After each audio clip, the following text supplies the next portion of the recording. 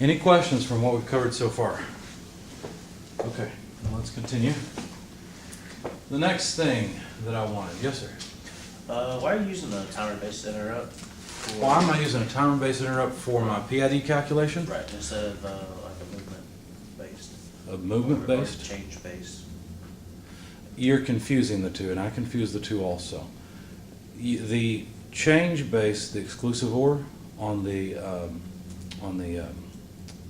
encoder, I'm using interrupts on those. That has nothing to do with the ISR. So then what are we using the ISR for? The ISR is for calculating the PID math, for calculating the output based on the error. Okay, think about it this way. In your car, you've got two things, right? You've got your cruise control module and you've got your speedometer, right? They're two separate things, right? Right. Your speedometer is a measure of how fast your car is going. That's analogous to my two ISRs that are exclusive OR based that you guys have seen, these two things. Your speedometer is analogous to these two things. It's tracking the speed and making sure that somewhere in memory, in a variable called input, we know how fast we're going. Now, it's not really how fast, it's position. Okay? So this is our feedback variable. Input is the feedback variable. Now, you're right that the ISR that's called regularly, you're right that it does care about the speed, but it cares about the speed in the same way that your cruise control cares about the speedometer in your car. They're two separate things. So this ISR is not the encoder. It's something that looks at what the encoder is telling it. It's looking at the measurement from the encoder, which is a separate piece of code, that's the exclusive OR portion, and doing calculations based on it to decide what the output should be. You see? So it's kind of like your cruise control. Your cruise control looks at the speedometer and sets the gas pedal. That's what this is doing.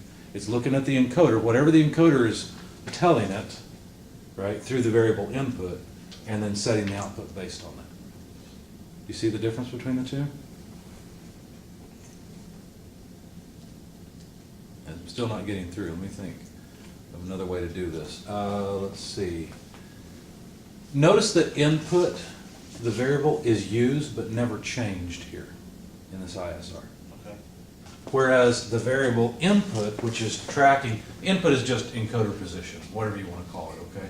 Whereas over here in these two subroutines, which you're familiar with, right? You're familiar with these exclusive OR subroutines we found that you guys found that were wonderful, right? This is what's doing the heavy lifting of monitoring the encoder and watching it carefully to see it change, and then counting how many ticks have gone by. That's what this part's doing. That way it can be used elsewhere in the code. And I don't just use the input measurement in the ISR. I use the input measurement in other portions of my code too later. Okay? So it's kind of like a measure that anybody can use that wants to use it. Okay? So I am using position-based or tick-based, right? As each tick mark goes by, one of these two is triggered because there's been a change, and it counts that tick mark. Either counts it up or down depending on which way it's moving. Okay. Okay? So then what are we using the time-based interrupt for? That's for the PID loop calculation. There's a lot of math. Remember, we have to change the gas pedal. That's our cruise control system. It's not active yet. What I'm doing is I'm showing you all the little individual pieces of code that I needed in order to measure the system, see how the system was working, before I could build up to using the PID loop. Okay, so the ISR is used to calculate the error. Not exactly. It's used to calculate the output based on the error. I mean, yes, I probably do calculate error in the ISR. In fact, Well, if not you look necessarily at- that's calculated in there, but that's an input for figuring out what. Yeah, and you're right. It is. It's right here. Okay. Error equals set point minus input. Okay, I think I see where we're. Maybe that's, you see where we're I going? think I understand what. Okay, it's a good question. I'm glad you asked it. That's actually, because I kept getting confused between the two last night because I kept thinking, I need to go to the interrupt. Oh, here's the ISR, that's an interrupt. Oh, no, wait a second. I need the encoder interrupts, you know, the hardware pin interrupts. So I kept having to correct myself, especially as I got more and more tired. Anyway, Yeah, so we're finished with this variable. It's just for testing to make sure that this PID loop is being called 1,000 times per second. Okay? That way I compute the output regularly. Okay, motor polarity, interrupt frequency, we got all that. This section measures minimum pulse width modulated signal needed for forward and reverse motion. Here's where I was afraid that hysteresis would cause a problem. If I'm trying to use a PID loop to calculate the output and say it's from positive 255 to negative 255, there's going to be a whole bunch of dead space in there where there's PWM values that will not make that motor move, right? If anything, I know from 0 to 75, this motor will not move. So I wanted to find out, okay, where does it start moving? So I wrote a section of code, and I'll show you how it goes. It's broken into 4 different sections, basically. The first thing, we position the motor first so that I've got some space to play with the motor, not manually, but by the code.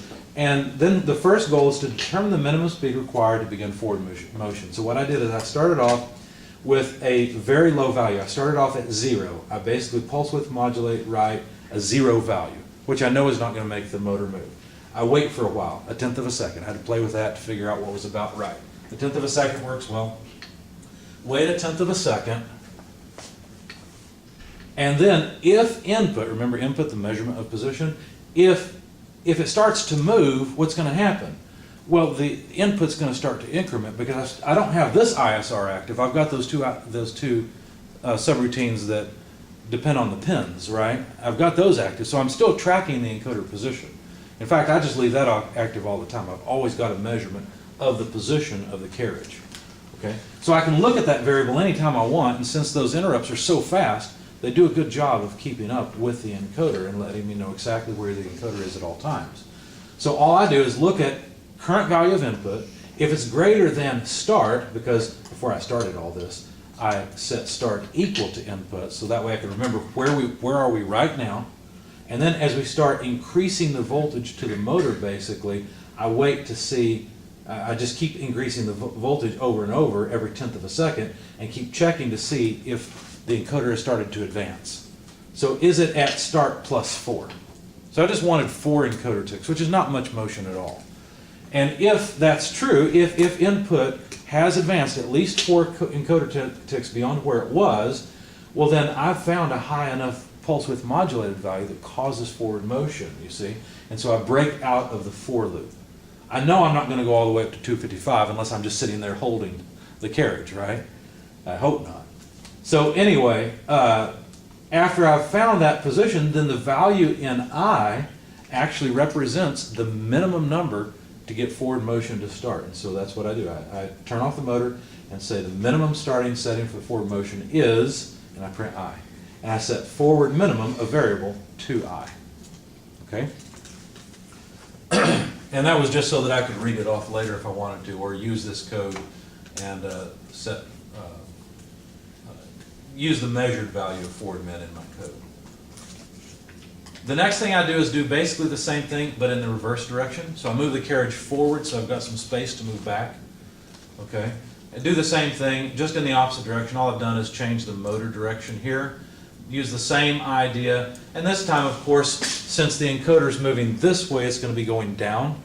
So I have to look for input to be less than start minus 4. Okay, so it's got to be a little bit less than it was when we began. So that was pretty straightforward. Then I can print out the reverse minimum pulse width modulated value. The next thing I did was a little bit different. I was worried that, you guys all know about static versus kinetic friction, right? Static friction is higher than kinetic friction. I thought, well, if the motor's already moving, maybe I can get it to go down lower, right? I could make the pulse width modulated number a little bit lower than forward min, and it would still keep moving because it was already moving.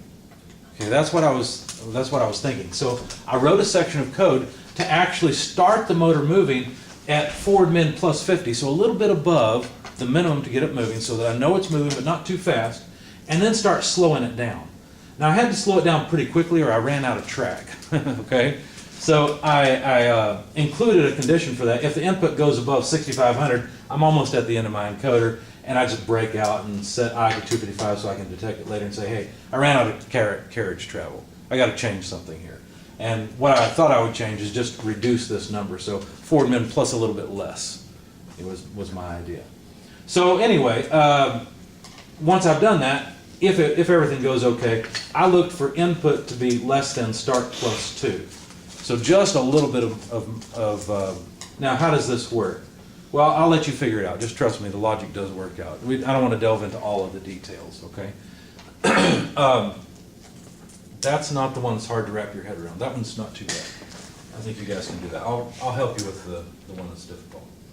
And I did the same thing for reverse motion. If you're already moving reverse, how far can you slow down and yet it still keep going?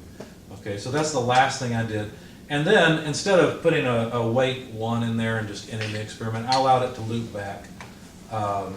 Sometimes I put in while 1 so that the code will stop running. I don't have to worry about it, so I can turn off motors and don't have to worry about the motor sitting there clicking itself. But this time I just let the experiment run over and over again. So let's run this, and to do it we're going to need motor power. So let me start downloading this, pull this up, and plug it in.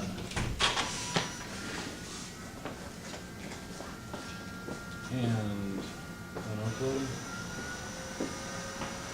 Beginning of experiment, waiting for 2000. What's wrong here?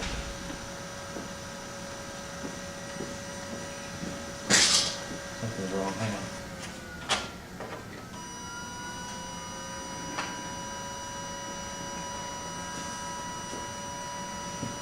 Oh, no. I didn't change anything, did I? 150 is plenty to move the carriage forward. Why is it not moving forward? We're right here. What I'm doing is I'm trying to get it in position to start the experiment.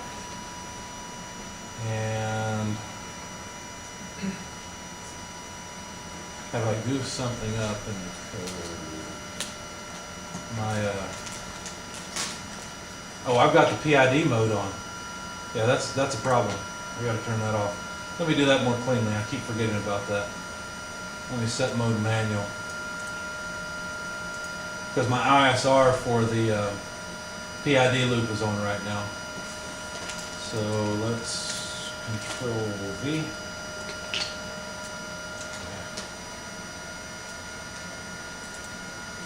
Let's try that. I think the PID loop's fighting me right now.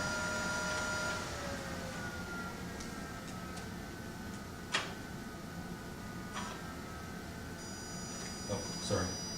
Forgot the serial number.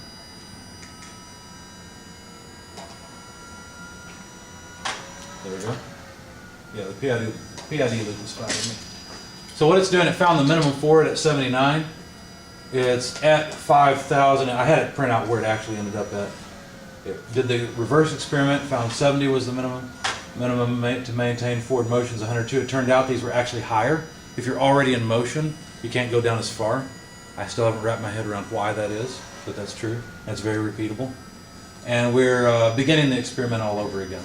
So 2,000 is just position 2,000 because we got 7,000 counts. Position 5,000 is just over there where I had enough space for the experiments. So you see that around 100 or so, if I look at all these numbers, about 100 is reasonable for the minimum actual moving speed. And rather than, I set up the code so I could have a different minimum moving speed for forward versus reverse, but I chose to just round it all off at 100. That was close enough. There's a little bit of hysteresis in the PID loop. It's okay. So we're just running the experiment over and over again. Let's unplug it so we can quieten it down a little bit. Does that make sense? So the reason I did that is because I definitely wanted to know what's the minimum setting. And once I found out that it was about 100, I just went ahead and put in a couple of variables up here. I just defined them up here and just set them equal to 100 because I thought that was close enough. And then in the ISR, where I'm actually going to drive the output with a pulse width modulated signal, I went ahead and used the map command. So the output from the PID loop is set to max and min, positive 255, negative 255. Minimum is negative 255, positive 255 is maximum, okay? So that's a full range. Well, if output is less than 0 and we want to move in the reverse direction toward our right, then I need to set the proper motor direction, so that's what I did first. So that sets it to move low, to reverse, to go down in counts. And then I analog wrote to the enable pin, this is my pulse width modulation command, the value that is mapped by taking output, whatever it is, it's a number now we know from 0 to negative 255. Well, I guess if it's not 0, if it's negative 1 to negative 255. Then I went ahead and mapped it to 255 to reverse min. Does that make sense? Because if it's negative 255, that means go back this way as fast as you can. That's 255. So these two need to match. If it's 0, then I want it to move at the slowest rate, which is reverse min. And I went through, actually, I erased it, but I had a little bit of code where I checked this map command and this one as well to make sure they did what I expected. I plugged in a number for output and at either limit and then in the middle also to see what it gave me. And it all works perfectly. So you can see I did the same thing with forward min. Forward min is even easier to understand. If output is positive, if it's 0 or all the way to 255, then I want to map it from anywhere from forward min all the way up to 255. So this is a little bit smaller range than this is. This has a little more resolution than this has. But it cuts out most of that dead space in the middle, you see? And that helped quite a bit. At least I think it did. It seems to work fairly well. So you understand what I'm doing here with these map commands and why I wrote that code. It was a lot of code to write, but I thought it was going to be valuable, and I still think it is. Let's see, so that's, oh, I've already commented it back up. By the way, Shotler, you probably know this, but to make it obvious, you know section comments like this, /star? I figured out a neat trick that you probably already know. If you put your / after a comment, you don't have to erase it, okay, which is kind of nice. Anyway, what else? Okay, that's all the same thing. Move carriage, pair, that's measuring. Okay, now then I was ready to start. Was I ready? Actually, this is a little bit out of order. The next thing I actually did was an on-off point trial, and I call it a trail because I actually wanted to move between different points. And so let me show you how this works. It's a real simple program, and I'll actually just run it and then explain it because it's easy to understand once you've seen it run.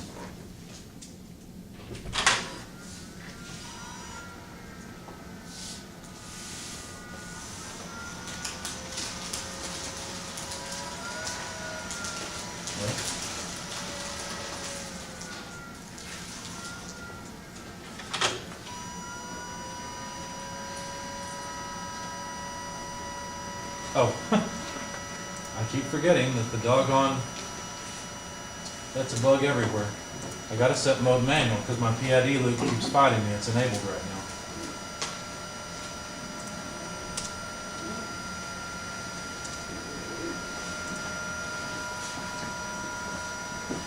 It's said that half of programming is programming, the other half is debugging. I disagree. 25% is programming, if you're lucky. The other 75% is debugging. There we go. That's what I wanted, so I'll show that to the camera so you can get an idea of what this is doing. So this section of code is just moving back and forth between 3 positions, and it's not using PID, it's just simply going to the positions and stopping. So setting mode manual, that turns off the PID. Want to move in this direction, want to move at a relatively slow speed, so 150 is a little more than 100. Then I just wait until as long as input is less than 2000. So if we're below the first position, I just wait here and I serial print input because I wanted to see what it was. I should probably take this out because serial printing takes quite a bit of time from the while loop, and you can get quite a few counts during that serial printing. But I really didn't care if I got the exact position or not. And at the time I was troubleshooting, wanted to make sure. So you see it there, it moved to 2035 or so on the low side. 2021 that time, 2027. So if I got rid of that serial print, I'd probably hit that point a little closer. But this was actually just to reach the first point. After that, the while loop that you see running, I'm sorry, I forgot to put the camera back up. The while loop that you see running and hitting all those points is moving to the first point, or well, we're already at the first point. We're at 2,000 essentially. Then we move to 3,500, then to 5,000, which is farther, and then back to the middle, 3,500, then back to 2,000, and then go again. Okay, so it's really simple. All I'm doing is just waiting until input is above that position, and then I just turn off the motor and delay for a half second. Okay, so I wanted to do it with on-off control before I did it with PID control, because I wanted to see if this was any better than PID control. It turns out, in a way it is. It's smoother. But I can't use this for the path planning that we need, the velocity motion that we need. I have to actually have a PID loop for that. But once I saw this, I realized this is probably the way Hewlett-Packard actually does it. Because they probably actually just move up to the point, and as they get closer, just slow down, which is a simple way to control it. Let's see, so let's comment that back out. Now let's go up to where I started. The next thing I tried to do was Ostrom-Haugland relay tuning. Now what the heck is that? Well, I told you guys about PID tuning, the Ziegler-Nichols method and the Ostrom-Haugland method. And the idea behind the Ostrom-Haugland method is to simply make the system go back and forth over a small range. Okay, and the idea is you're trying to hit a certain set point. In my case, I'm trying to hit the middle, 3,500. As the motor is moving and I detect that we've passed the 3,500 point, I shut off the motor. But the motor has way too much inertia, so does the carriage, to just stop immediately. So it will absolutely overshoot. When it does, I just monitor how far it overshoots, because I've already turned it on to go the other direction, right? I've already commanded the motor going the other direction, but it has so much mechanical inertia, it's still going in this direction, right? Eventually it's going to slow down and stop. When it stops, I can detect a maximum position, and then as it comes back across, it crosses that 3,500 line again, do the opposite. Tell it to go the other way, but it's going to overshoot again, and that way it just keeps going back and forth. And by doing that, you can actually get at the nature of the system. You can get at how big it is and how fast it responds and all those things. So we're going to run an Ostrom-Haugland relay tuning next. So here I remembered to set mode manual. And you know what? I'm going to save this. I need to update it. Come on. Now this might be just a little bit noisy. There we go. Okay, so you can't really see a whole lot. It looks like it's sitting still, but you can hear it vibrating. If you look at it, it's moving back and forth. You can kind of see it in the cable. So it's moving back and forth, not between two positions, but over 3,500. So the reason it's moving at all is because it has inertia as it passes. Now, I didn't want to hear that all night long, and so I actually set it, since the, let me explain the code a little bit.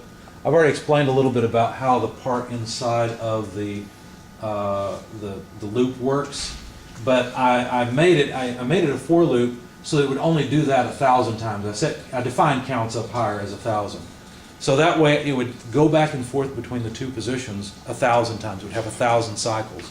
And each time it went, I had it measure how much time it took to make a whole cycle. So if you're at one end, actually the way I did it was I measured, okay, start timing when you crossed, come back again, and then when you come back, stop timing and start a new timer.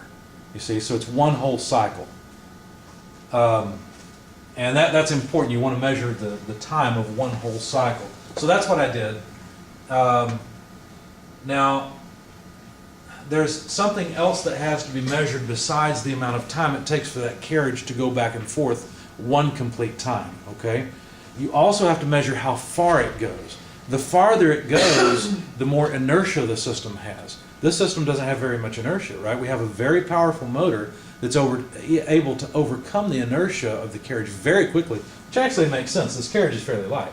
Probably most of the inertia is in the motor rotor itself, okay? But we can overcome it very quickly. So we've got, this is equivalent to having a fighter jet, right? You've got this huge engine strapped on that's able to change things very quickly. So it's a very responsive system. That's what this is. It's a very responsive system. And if you look at the things that I'm measuring here, I'm measuring something else. I call it EX2. It's actually 2 times the error is the way it's called, is the way it's termed. It's basically how far it goes, and what you want to do is you want to measure from the target point, 3,500 positive, that's the error. But what you do, you actually measure the full range because it could be different on this side, and you divide by 2. Does that make sense? So that's what I'm measuring here in this odd EX2 thing. Now, so that I can keep it precise and calculate an average as I go, what I'm doing is I am taking the difference between the set position, 3,500, and the overshoot position, and then dividing it by 1,000. Because what I want to do at the end is I want to take all of these measurements of overshoot, I want to add them all together, and then average them, divide by 1,000. So why not divide by 1,000 early on, and then just add that every time, you see? So every time I get a new measurement, I basically divide the error by 1,000, or the overshoot distance by 1,000, and add it to my count, so that at the end, I've got an average, and I'm done, okay? I don't have to put in an array or anything like that. So that's what I'm doing, and I did the same thing with PU. PU is the ultimate period, and anyway, once it was done, then I printed both of them out. So here's what it looks like. So that experiment that we just ran did this. I'll hit the reset, and we'll run it again. At the end, I just shut the motor off and make it stop. Okay, so we're running the experiment again, and it'll do that. It's literally counting that 1,000 times.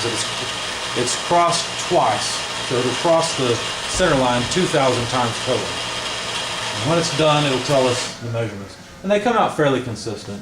When I was doing this at home, I got about 12,500, so that's what I used. You'll notice the error is varying a little bit. There's probably some chaos in this, if you know anything about mathematical chaos. But that doesn't matter. We're at 15, 13, 14, somewhere in that range is close enough.